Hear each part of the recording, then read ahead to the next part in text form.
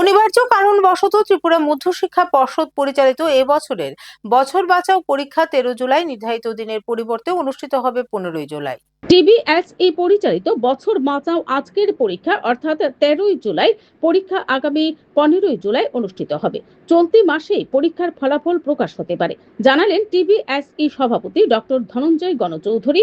বছর বাঁচাও আজকের পরীক্ষা আগামী 15 জুলাই অনুষ্ঠিত হবে, সময় আগের মতোই। এ নিয়ে বিস্তৃত জানান পর্ষদ সভাপতি। চলতি মাসেই বছর বাঁচাও পরীক্ষার ফলাফল প্রকাশ হতে পারে।